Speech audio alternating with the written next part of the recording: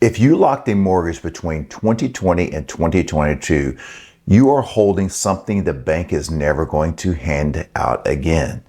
A 2.75%, a 3%, maybe even a 3.5%.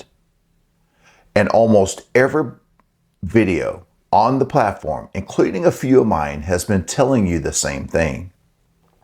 Attack the loan, pay it down, kill the debt. Get free. At 6.5%, that's good advice. For you, it's the most expensive, safe thing you can do with a dollar. So today, where every extra dollar should actually go when your rate starts with a 2 or 3, the 4 times to ignore that order entirely and what the loan is quietly worth if you ever sell. I've been a licensed mortgage broker for more than 20 years, and this one feels backwards right until the math lands. Quick, honest note. This is education, not financial advice, built for your exact situation. Your rate, your bracket, and how you sleep at night all move this. The shape of it doesn't move, and the shape is why we're here. Real quick, right as we get going, if you've ever watched a payoff video and thought none of this applies to me, tap the like button and subscribe if you want more of these. That's the whole ask. Let's get into it. So let me tell you who I'm actually talking to. You bought or refinanced there in that window. Your rate is somewhere between 2.5% and 3.5%. And now every few weeks you watch one of these mortgage videos. You do a little math in your head and you go, yeah, that's not me. I know you're out there because you tell me.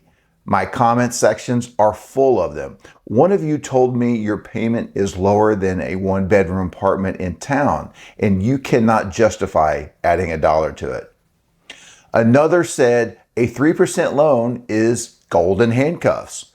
You're both right, and nobody has made you a video. So this is it. Not the villain. It isn't the bank this time. It's a reflex. Somewhere along the way, debt-free became personality, and paying off the mortgage became the finish line. Everybody at every rate in every situation. And that reflex is so strong that people with 2.75 money are sending extra principal every month, feeling responsible, while the same dollar sitting almost anywhere else would be doing more for them. Nobody is lying to you. The advice just got flattened. Rate is the whole variable, and most of the internet leaves it out. So let's fix the thing underneath all of this. When you send an extra dollar to your mortgage, what you earn on the dollar is exactly your interest rate. No more, no less. Pay down a 3% loan, you're guaranteed a 3% earning. That's it. That's the whole return. So every decision from here is one question. Can the dollar do more 3% elsewhere?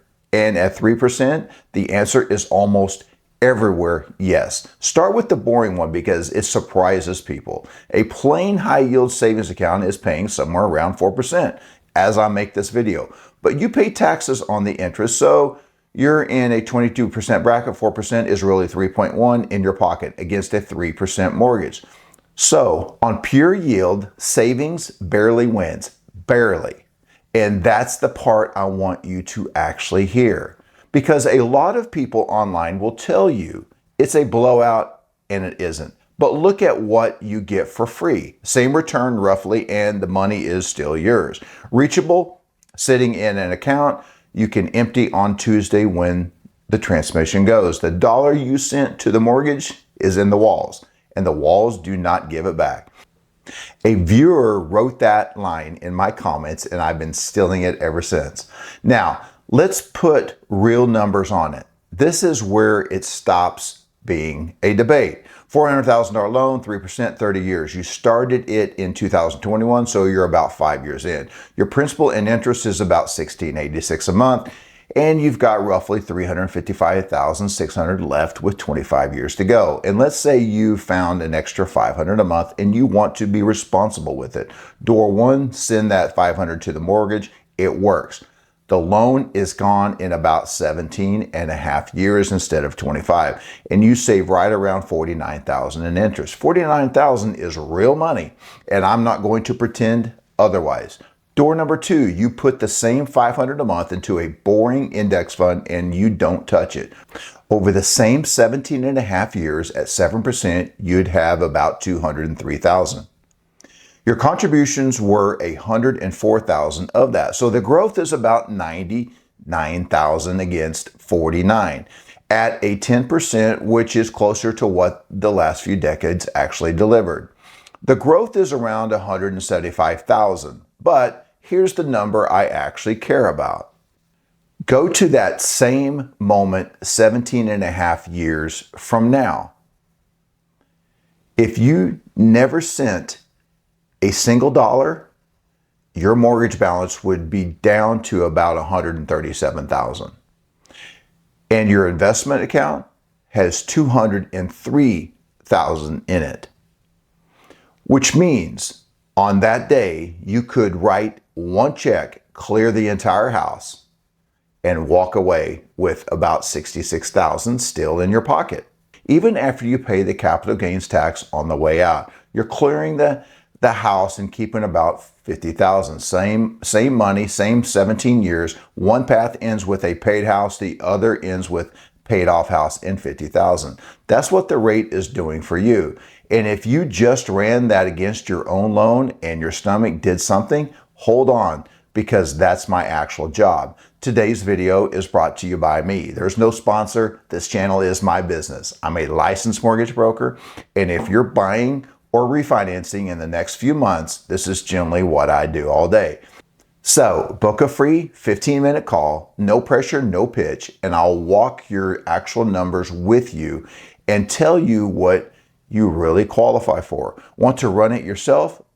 My free payment calculator is down in the link as well. Scan the code on the screen and tap the link in the description and the pinned comment. All right, here we go. Let's get back to it. So here's the order. Every extra dollar you find in sequence, it should go when your rate starts with a 2 or 3. 1, any debt costing more than about 6%. Credit cards, personal loans, most car notes right now. Nothing in this video beats killing a 24% card, and it's not even close. A viewer put it in 3 words. Kill the card first. 2, your emergency fund, 3 to 6 months of expenses in cash you can reach. I know that number sounds enormous when you're starting from 0.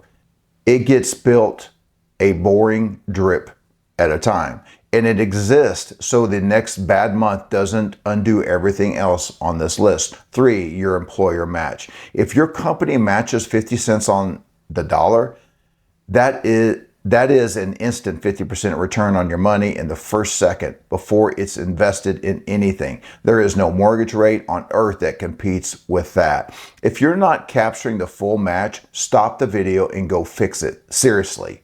4, the HSA. If you have a high deductible plan and you qualify, it's the only account in the tax code that goes in untaxed, grows untaxed, and comes out untaxed for medical costs. Most people treat it like a spending account. It's the best retirement account you're allowed to have. 5, Roth or traditional retirement space beyond the match. Decades of compounding, tax advantages against 3%, not a close call. 6, a regular taxable brokerage account. Still over any long stretch historically ahead of 3%, and it stays liquid the whole time. And then 7, your mortgage. Dead last, not never last. Now, I promised you the exceptions, and these matter more than the list does because they're the ones people get wrong in both directions. Exception 1, and this is a big one. If you're still paying mortgage insurance, everything I just said gets suspended. PMI is not interest, it's a fee, and killing it is not a 3% move. Under federal law, the Homeowners Protection Act, you can request that your servicer cancel PMI once your balance hits 80% of the original value of your home. And they have to drop it automatically at 78, as long as you're current and there's no second lien on the property. Original value, not today's Zillow number. the lesser of what you paid or what it appraised at closing. So run this. If you're at 81% and you're paying $200 a month in PMI, then on $400,000 house, about $4,000 of extra principal gets you across that finish line. $4,000 to stop paying $2,400 every year forever. That's a 60% return in 1 year. And it doesn't care what your interest rate is. If that's you, go do that first today before anything else on this list. Exception 2, you're inside about 5 years of retirement and you want the payment gone before the paycheck stops. That's not a math decision, and it doesn't have to be. Your expenses, your retirement are the number that decides how much you need to save. And killing $2,000 payment removes $24,000 a year of required income. At a 4% withdrawal rate, that's $600,000 portfolio you don't have to build. A viewer named that one for me, and it's the best argument on the payoff side. Exception 3, you have a second lien, a HELOC or a home equity from the last couple of years. It's probably sitting around 8 or 9% and floating. Your first mortgage is the cheap one, attack the expensive one. Exception 4, and I mean this one sincerely, you cannot sleep. If carrying debt generally costs you something in your actual life, that's a real cost. It doesn't show up in any spreadsheet and it's still real. Someone in my comments told me he'd been through layoffs and stressed over debt for years. And that's why he killed the mortgage. He was right for him. Just make it a decision instead of a default and know what you're paying for the feeling. All right, now the things not to do, because the mistakes here are bigger than the optimizations. Do not refinance this loan. Not for a kitchen, not for debt consolidation, not for anything.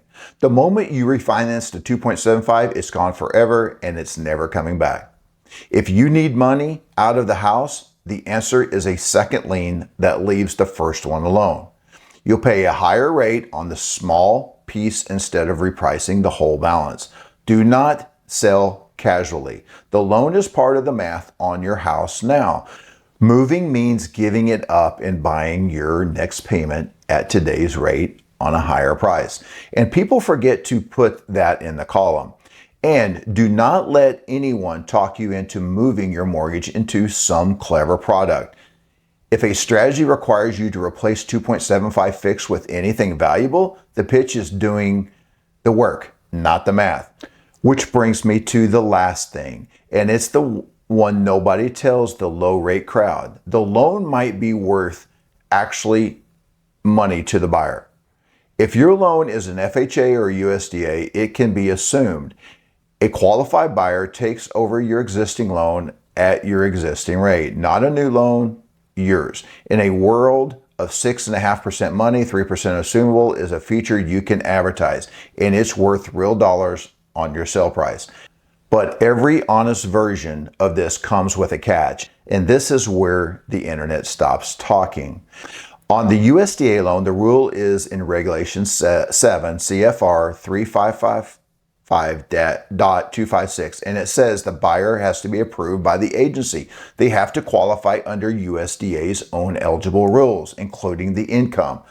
There's a new guarantee fee on the remaining balance, and this is a part that matters. The original borrower stays personally liable. You handed over the house, you didn't necessarily hand over the debt. FHA works the same shape.